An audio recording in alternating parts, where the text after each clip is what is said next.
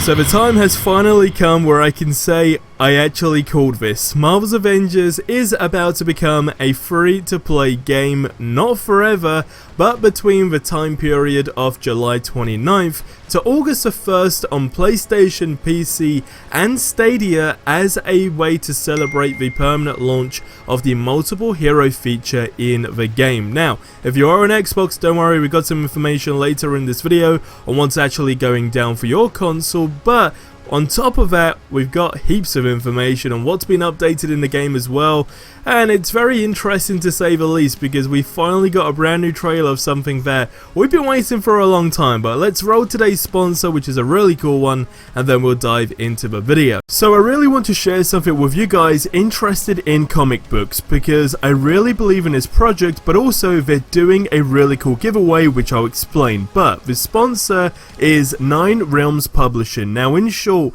they make incredible comic books, and their most recent and active campaign for their comic, The Embrace, is in super high demand on Indiegogo and is a fantastic book for fans of stories like James O'Barr's The Crow. But look, the campaign will not be open for much longer, but there is another way to support these guys and their cause through the option of Patreon, as they are working super hard to get to $500 per month, and you can help for as little as just $1 a month. Now this right here is the important one for $20 a month, which is the 9 Realms catalog, which gets you exclusive sneak peeks of their up and coming projects, as well as an annual care package of 9 Realms books with exclusive Patreon covers and extras from the previous campaigns. Last but not least, the giveaway is for a free collector box with all current 9 Realms content plus every variant of the Embrace. Now to get involved, all you need to do is join the Discord link below, but please just go ahead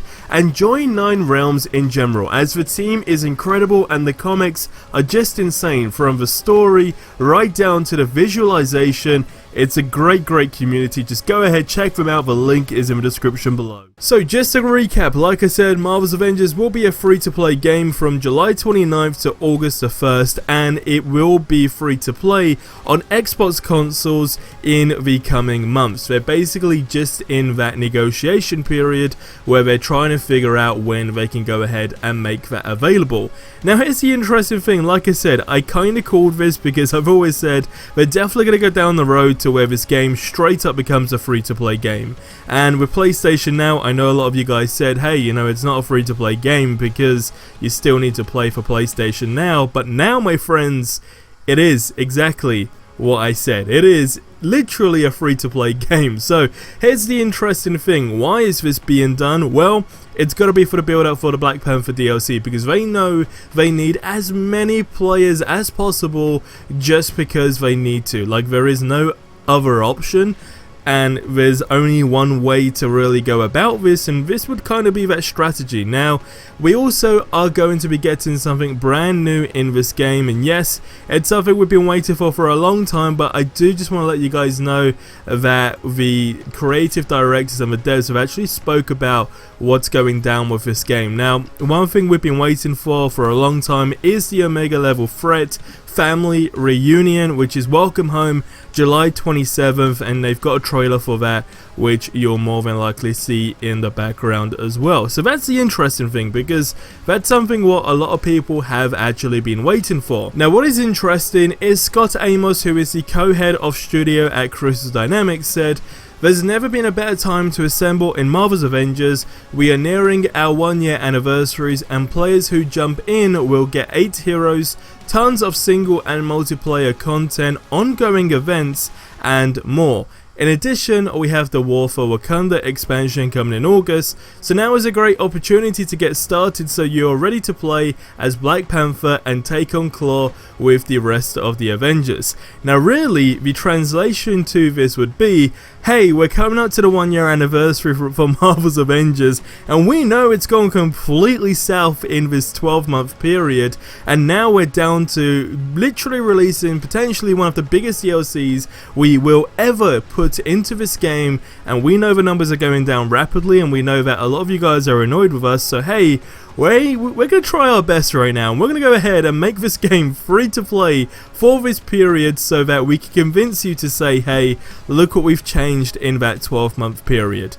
That's for translation. Now don't get me wrong, and I gotta give credit to them, like, to be fair, a whole bunch of stuff has changed in that 12-month period, and yes, if I was someone who never purchased Marvel's Avengers from its launch day, or maybe I gave up with the game within the first week, right, and I didn't touch it until now, I guess it's safe to say that you can't genuinely argue the fact that yes, you would jump in and there's literally a whole bunch of content in the game that is free, you are just paying for the base game. So in that perspective, you can't really knock them. There is a lot of content in the game, and equally we know they survive on this marketplace as well, so I can get where the whole strategy is going down for this. And talking about the marketplace as well, I just want to quickly touch up on this right now.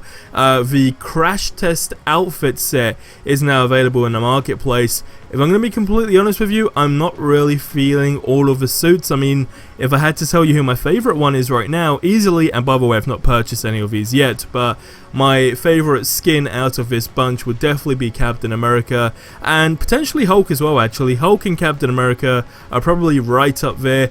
I'm not too bothered about the others, but hey, let me know how you guys feel about that stuff in the comment section below. Now, regarding that whole free-to-play aspect of the game, like I said, they did mention that they are trying to work with the partners at Xbox to find the right time for Xbox One, Xbox Series X and S for players to get their all-access opportunity, and they will have information about that very, very soon.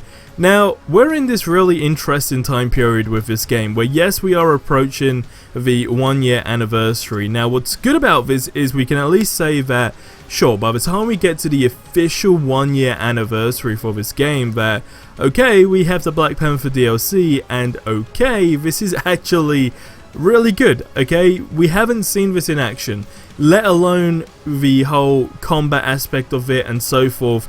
That's just that small ingredient, but I just want to know that when we boot up this Black Panther DLC, and I don't want to sound like this super guy who's just super intrigued by everything and cares about every small detail, because it's a free DLC. I feel like I can only complain to an extent to where I can say, hey, just stop doing this because it didn't cost you anything apart from your time and literally the fact that you bought the game anyway, which was the base version. It doesn't make any difference. But the situation is, it's okay, well, when this DLC is out, and this is the interesting thing, I'm just thinking now, would it have probably made more sense for them to release the Black Panther DLC and then make it a free-to-play game as opposed to going ahead and doing the free-to-play element beforehand?